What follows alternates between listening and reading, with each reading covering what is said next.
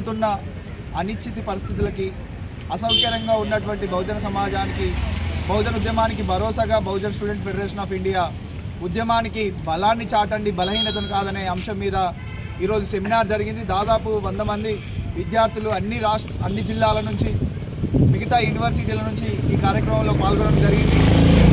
రాబోయే ఎలక్షన్ తర్వాత 3వ జాతీయ సభకు సంబంధించిన అన్ని అంశాలు మాట్లాడుకోవడం జరిగింది.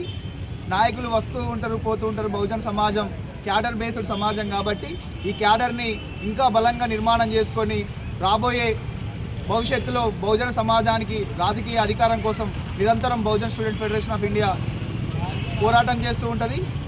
ఇంకా బహుజన ఉద్యమానికి సంబంధించి విద్యార్థులకి దాదాపు మొదటి దశలో 10,000 మెంబర్షిప్ జరిగింది. ఇప్పుడు 1,00,000 మెంబర్షిప్తో మేము ఈ జాతీయ సభను నిర్వహించబోతున్నాం. ఈ కార్యక్రమానికి వచ్చిన మీ అందరికీ ప్రత్యేకమైనటువంటి ధన్యవాదాలు తెలియజేసుకుంటూ జై భీమ్. జై భీమ్. ఆ జెండాలు అట్లనే పట్టుకోరు. Bahujan student federation of India.